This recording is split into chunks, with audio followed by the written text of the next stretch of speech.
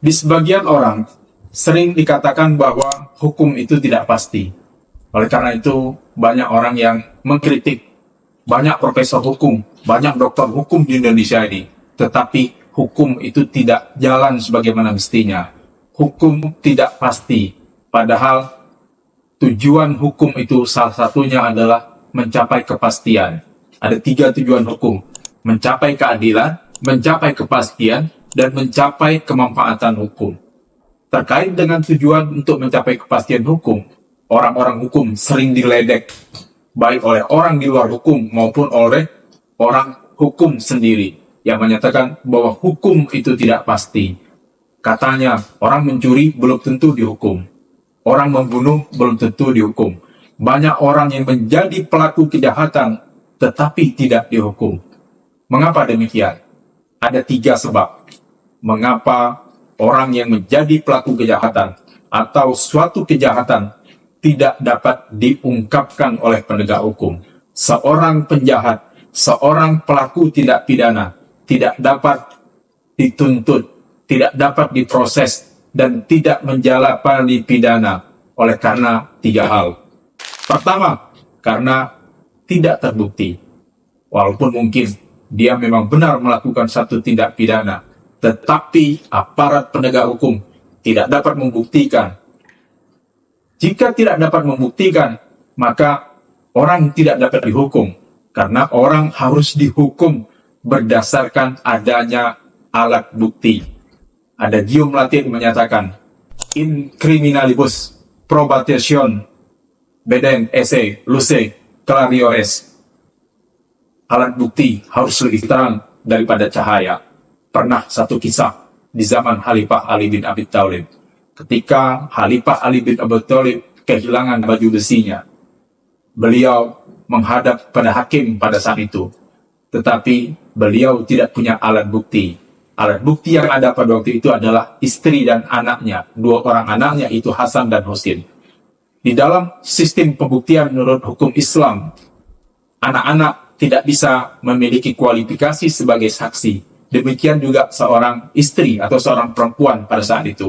Oleh karena itu, hakim menolak alat bukti yang dihadirkan oleh seorang Khalifah Ali bin Abi Thalib. Oleh karena itu, baju besi itu dinyatakan bukan miliknya. Itulah pentingnya alat bukti, baik di dalam sistem hukum Islam maupun di dalam sistem hukum positif Indonesia, dalam sistem common law atau dalam sistem civil law yang berlaku di seluruh dunia. Karena alat bukti tidak ditemukan, maka bukan saja dalam tahap proses penuntutan di pengadilan, tapi dalam proses penyelidikan dan proses penyidikan, perkara harus dihentikan. Apakah benar orang tersebut tidak melakukan tindak pidana? Ya, bisa saja orang itu menjadi pelaku tindak pidana. Tetapi karena ketiadaan alat bukti, ketiadaan saksi, ketiadaan ahli yang dapat menerangkan satu perkara, ketiadaan alat bukti surat, ketiadaan petunjuk, dan ketidak mengakunya si terdakwa, itu dapat menyebabkan hakim akan sampai pada kesimpulan bahwa orang tidak terbukti melakukan tindak pidana. Jika satu perkara yang alat buktinya tidak ada atau alat buktinya diragukan oleh majelis hakim, maka seseorang yang meski sudah dihadapkan ke muka persidangan oleh penuntut umum, dia akan dibebaskan, dinyatakan prispra oleh majelis hakim. Itu yang pertama. Yang kedua, dia terbukti melakukan tindak pidana. Alat buktinya sudah dikantongi oleh aparat penegak hukum, tetapi dia akan diputus onslaught atau lepas. Putusan onslaught dengan prispra memang berbeda maksudnya, tetapi secara hakikat dia akan sama. Dia akan terlepas dari tuntutan pidana karena minimal ada 2 hal, yaitu adanya alasan pembenar dan adanya alasan pemaaf.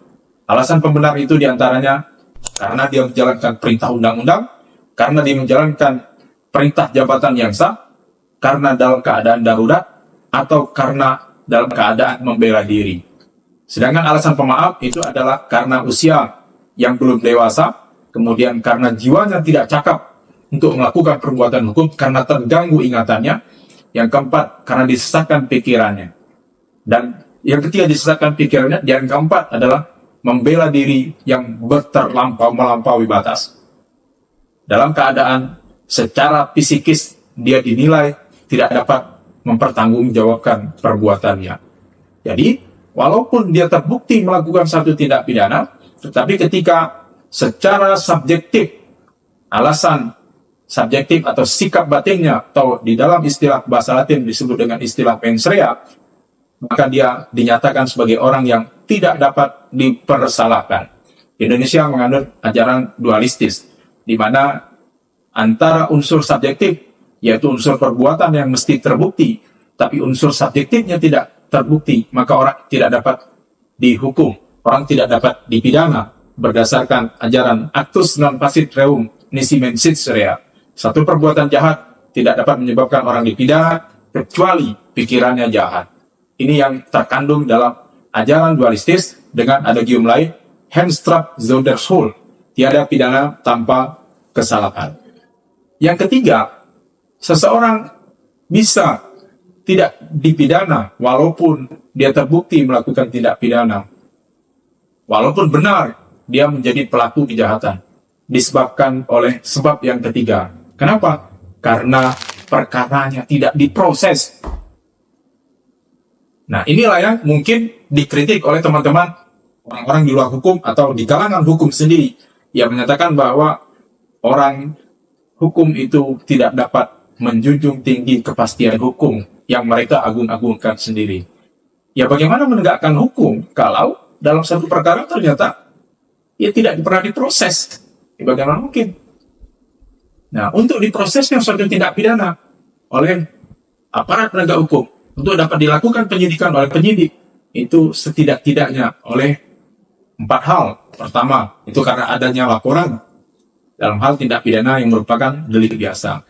Yang kedua, karena adanya pengaduan dalam hal delik tersebut adalah delik aduan, di mana hanya orang yang memiliki kerugian, mengalami kerugian yang berhak untuk melaporkan. Yang ketiga, itu diketahui sendiri oleh aparat penegak hukum. Nah, walaupun tidak ada laporan, walaupun tidak ada pengaduan, bisa saja pengetahuan aparat penegak hukum karena sedang melakukan patroli misalnya. Walaupun hari ini aparat penegak hukum selalu meminta atau masyarakat ingin merasa dirugikan untuk membuat laporan atau pengaduan. Yang keempat adalah adanya tertangkap tangan. Nah, apabila orang sedang melakukan tindak pidana ketika sedang terjadi tindak pidana, atau segera sesudah melakukan tindak pidana, atau karena ada alat bukti padanya dan diserukan oleh halayak dialah sebagai pelaku, atau karena turut serta melakukan tindak pidana. Nah, dalam keadaan-keadaan seperti itu, ya bagaimana mungkin, walaupun orang benar-benar mencuri, sudah lama dia melakukan pencurian, bagaimana dia sudah melakukan pembunuhan sekian lama, banyak korbannya, ya dalam hal seperti ini hukum tidak akan pernah dapat ditegakkan. Ya, karena tidak diketahui. Sesuatu yang tidak diketahui tidak bisa menjadi alasan membuat orang dapat dihukum. Nah, termasuk ketika ada kesengajaan untuk tidak diketahui, walaupun sebenarnya sudah ada yang melapor, walaupun sebenarnya memang sengaja untuk tidak melaporkan. Nah, ini ada kesengajaan. Nah, bisa saja ada kepentingan-kepentingan tertentu membuat suatu perkara sengaja tidak dinaikkan. Dan ini jelas adalah pelanggaran hukum yang serius. Aparat penegak hukum seharusnya menjadi pihak-pihak yang membela kebenaran. Walaupun ternyata di dalam praktek, mau tidak mau, suka atau tidak suka, kita menemukan ada perkara-perkara yang memang sengaja tidak diungkapkan. Nah, lalu bagaimana jalan keluarnya? Nah, sebagai seorang Islam, saya teringat sebuah ayat di dalam Al-Quran, yaitu bunyinya, Alaihissallahu bi'ahkamil hakimin. Hakimlah, Allah lah hakim yang seadil-adilnya. Jadi, di dalam dunia ini, bisa saja orang yang menjadi pelaku kejahatan, dia lepas dari hukuman.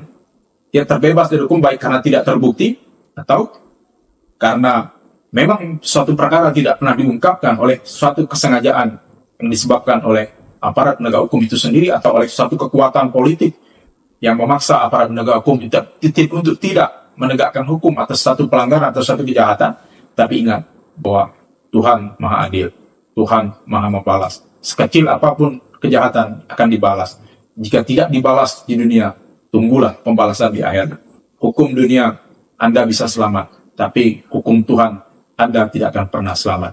Karena itu, apapun, walaupun hukum dunia memiliki keterbatasan untuk menjerat orang yang merugikan orang lain, untuk orang yang menzolimi orang lain, untuk orang yang menjadi pelaku kejahatan, Tuhan tidak tidur. Hati-hati. Wassalamualaikum warahmatullahi wabarakatuh.